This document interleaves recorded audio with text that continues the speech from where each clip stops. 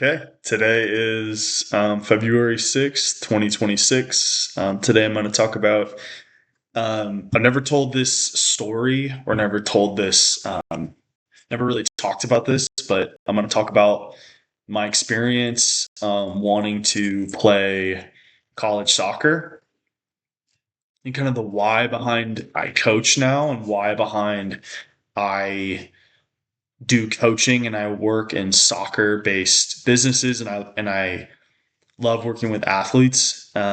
So this is my story, A to Z, trying to play college soccer, and then eventually why I ended up coaching soccer and why ended up doing what I'm doing today. So strap in. Um, Soccer for me started at a very early age. I played.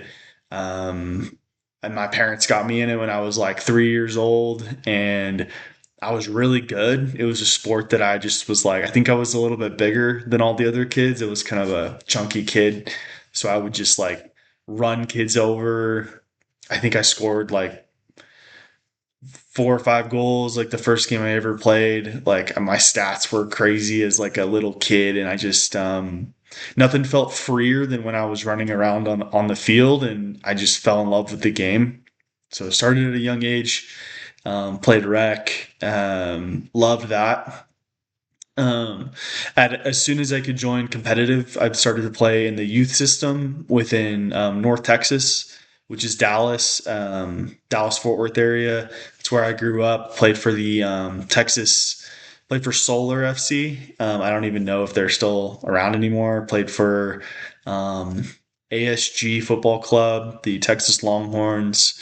Um, then I played for Club Classic, and then eventually I landed on the Dallas Texans as my like spot of growth and yeah, as just like where I would like get better, and that's where I ended up playing. So I love soccer. I feel like so we played in this league called the Classic League. If you know anything about Texas, it's like this. It's in Richland, so it's actually near a college. I forget the name. I think it's like Richland College. But there's just a bunch of really nice fields, so that's where you would play. If you were good at soccer and you were worth your salt, you would play in the classic league, and you'd go out there on Saturdays and Sundays, and that's what me and my dad's life was. So from like 3 to about the ages of, well, really 3 to 18, it was 2 practices a week plus high school soccer, and then out to the classic league to play some games. So no, I really fell in love with the game. Also played high school. I went to Coppell High School.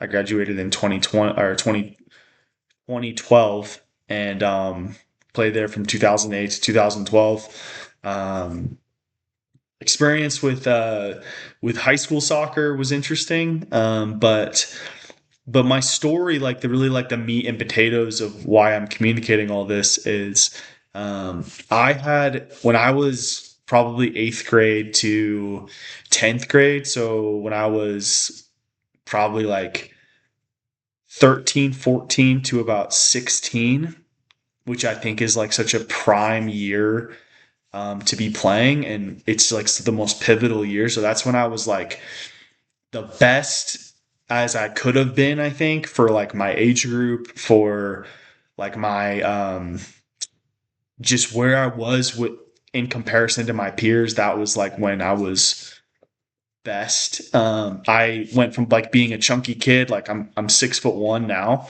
I probably was 6 feet at like sophomore year of high school, so probably when I was 15. So like I grew and I was very lanky. I played the six, and I loved that role. I really like grew into my confidence. My freshman 8th grade year, and I say all this because so I was in this like really going to ID camps my sophomore year, like with my dad. My dad drove us to St. Edwards, which is a university in Texas, where me and some of my club teammates did like an ID camp there, and eventually one of my club teammates actually ended up playing there, and so did his brother, Philip Ellis and J.R. Ellis. But I say all this because loved soccer. Everything was great. I was in love with the game. I was thriving. I was growing. And then I went through, and I feel like this is something that everyone can really relate to, but I went through a lot of like personal home life stuff at the age of like right in high school, right when things were like heating up for me. So like my sophomore year, there's just a bunch of, and I won't get into the details, but just boom, like family drama. Um, a lot of distractions came into play. Like I wasn't, it's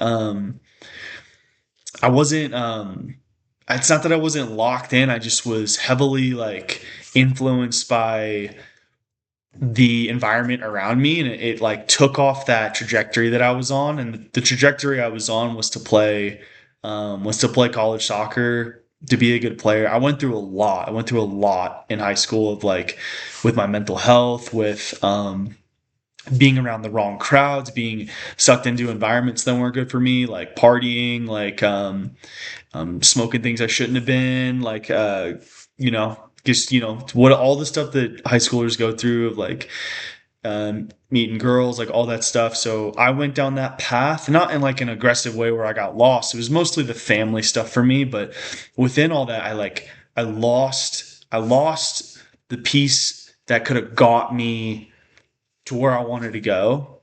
Because I think it's the most important time for any young athlete is 8th grade to like 10th grade, right? That's where you're planting the seeds of habits. That's where um, you can pass your peers. That's where you can really create an edge for yourself, is in that time frame. And I did that, but as soon as like junior year hit for me, as soon as I hit about like halfway through 16, probably 17, 18 years old, I just did not stay focused. I didn't have the accountability around me, and I really just got lost. I got lost within myself. That's why I think it's so important to have good coaches in your life. That's why it's so important to have strong community in your life, and like people in your life that pour into you, that make sure you stay on the path. Like what I needed at that time was for people to rally around me and say like, hey man, I love you. I got you. Like you're going to be okay. And like kind of redirect me. Cause I think as youth need that help. They need that accountability. They need that consistency. It's something that I didn't have. So I say all this because fell out of love in the game, right? Let's call it, because of all these circumstances and just what I was going through internally. I didn't have it. I didn't have it at the time. So had all this potential, had all this ability, had all the opportunity in the world to go do what I wanted with soccer. And then instead of that, circumstances, my own blah, blah, blah stuff within inside me, it falls off. And I lose that real prime window, that opportunity, right? And that opportunity to go to more, get offers, get scholarships, to pursue it hard. I just didn't do that, right? So fast forward 18, I get zero offers. Like I get no offers. Basically, I fall out of love, fall kind of out of love with the game. And I like go from like 160. My playing weight at my best was probably like 170. I was a skinny kid, but I went from 170 at my peak because I thrived. The way that I beat was most competitive, and I beat kids out was I would just run. My engine was wild. I never stopped.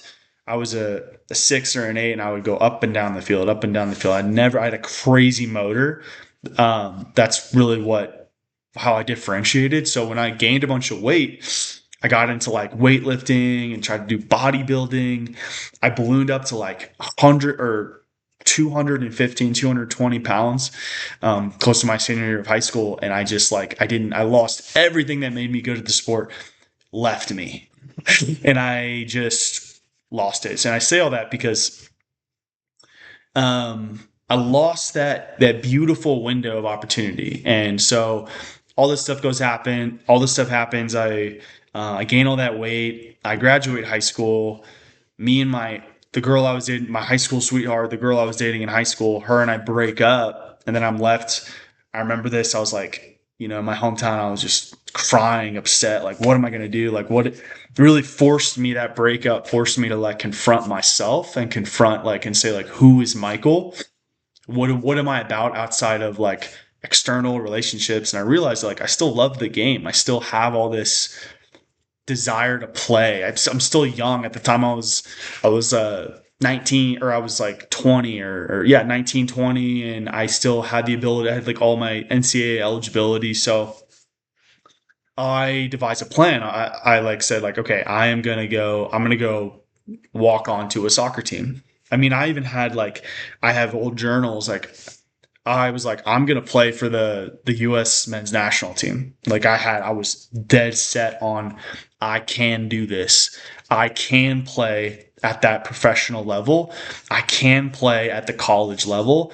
I just gotta get to it. So I made this plan. I made my spreadsheet. I said these are my lists of colleges that I could do this, and I got to work. I this was the summer of going into 2014. So this was summer of 2014.